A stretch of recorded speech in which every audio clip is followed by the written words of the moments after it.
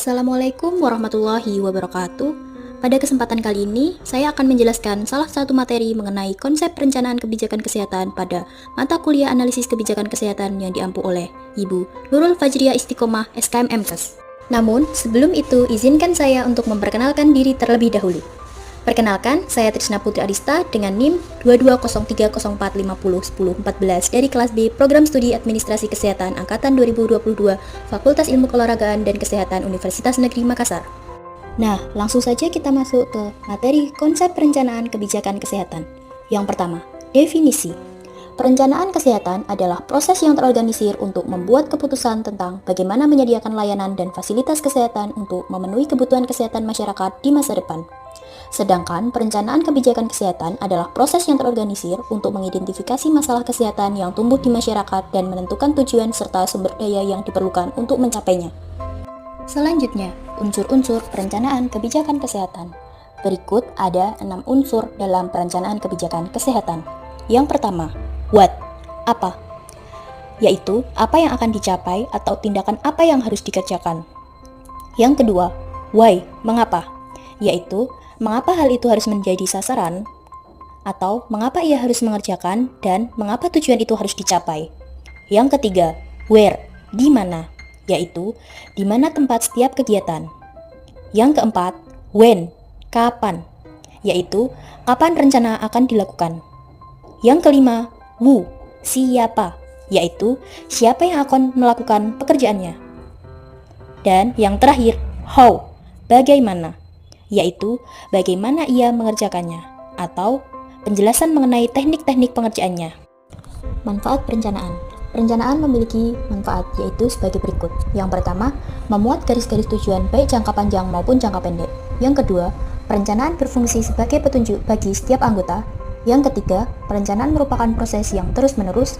Yang keempat, berfungsi sebagai alat pengendali. Dan yang kelima, menjamin penggunaan dana yang tersedia secara efektif dan efisien.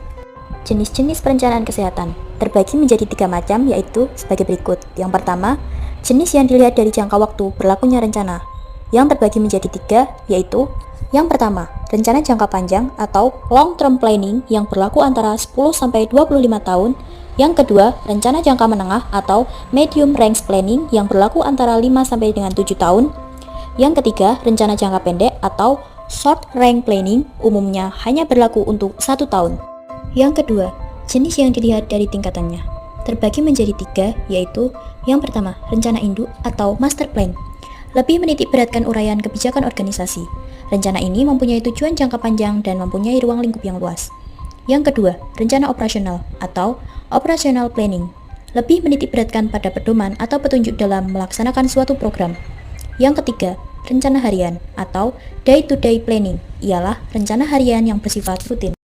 Yang ketiga, jenis yang ditinjau dari ruang lingkupnya terbagi menjadi 4, yaitu yang pertama, rencana strategis atau strategic planning, berisikan uraian tentang kebijakan tujuan jangka panjang dan waktu pelaksanaannya yang lama.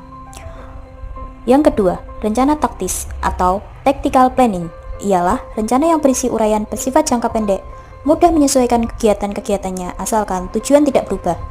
Yang ketiga, rencana menyeluruh atau comprehensive planning, ialah rencana yang mengandung uraian secara menyeluruh dan lengkap.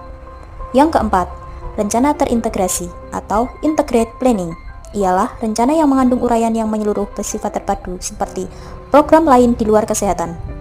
Adapun langkah-langkah dalam perencanaan kesehatan, yaitu sebagai berikut. Yang pertama, identifikasi masalah. Pada dasarnya, perencanaan adalah jenis rencana pemecahan masalah. Oleh karena itu, mengidentifikasi masalah kesehatan masyarakat dalam unit organisasi yang bersangkutan adalah langkah awal dalam perencanaan kesehatan. Yang kedua, menetapkan prioritas masalah. Identifikasi masalah menyebabkan banyak masalah kesehatan yang menunggu untuk ditangani.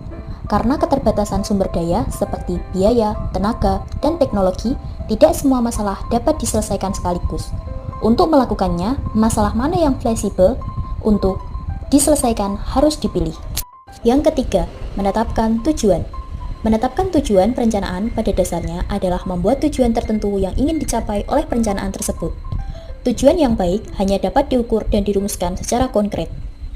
Pada umumnya, tujuan terbagi menjadi 2, yaitu tujuan umum dan tujuan khusus.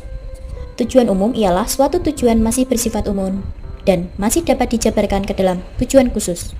Sedangkan tujuan khusus ialah tujuan yang dijabarkan dari tujuan umum. Yang keempat, menetapkan rencana kegiatan. Rencana kegiatan adalah uraian tentang kegiatan yang akan dilakukan untuk mencapai tujuan yang telah ditetapkan. Ada 3 tahap utama dalam menetapkan rencana kegiatan, yaitu yang pertama, kegiatan pada tahap persiapan, yakni kegiatan yang dilakukan sebelum kegiatan pokok dilaksanakan, misalnya rapat koordinasi, perizinan, dan sebagainya. Yang kedua, kegiatan pada tahap pelaksanaan, yakni kegiatan pokok program yang bersangkutan. Yang ketiga, kegiatan pada tahap penilaian, yakni kegiatan untuk mengevaluasi seluruh kegiatan dalam rangka pencapaian program tersebut. Langkah terakhir, kelima, yaitu menetapkan sasaran atau target group. Sasaran program adalah kelompok masyarakat tertentu yang akan digarap oleh program tersebut. Ada 6 sasaran, yaitu yang pertama, sasaran langsung. Ialah kelompok yang langsung dikenai oleh program tersebut. Yang kedua, sasaran tidak langsung. Ialah kelompok yang menjadi sasaran antara program tersebut namun berpengaruh sekali terhadap sasaran langsung. Yang ketiga, waktu. Ialah waktu yang ditetapkan dalam perencanaan sangat bergantung dengan jenis perencanaan yang dibuat serta kegiatan yang ditetapkan dalam rangka mencapai tujuan. Yang keempat, organisasi dan staf. Dalam bagian ini digambarkan atau diuraikan organisasi sekaligus staf dan personel yang akan melaksanakan kegiatan atau program tersebut. Yang kelima, rencana anggaran, yaitu uraian tentang biaya yang diperlukan untuk pelaksanaan kegiatan mulai dari persiapan sampai dengan evaluasi. Dan yang terakhir, keenam, rencana evaluasi.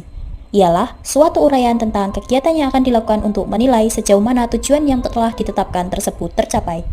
Nah, itulah tadi pembahasan mengenai materi konsep perencanaan kebijakan kesehatan yang bisa saya sampaikan.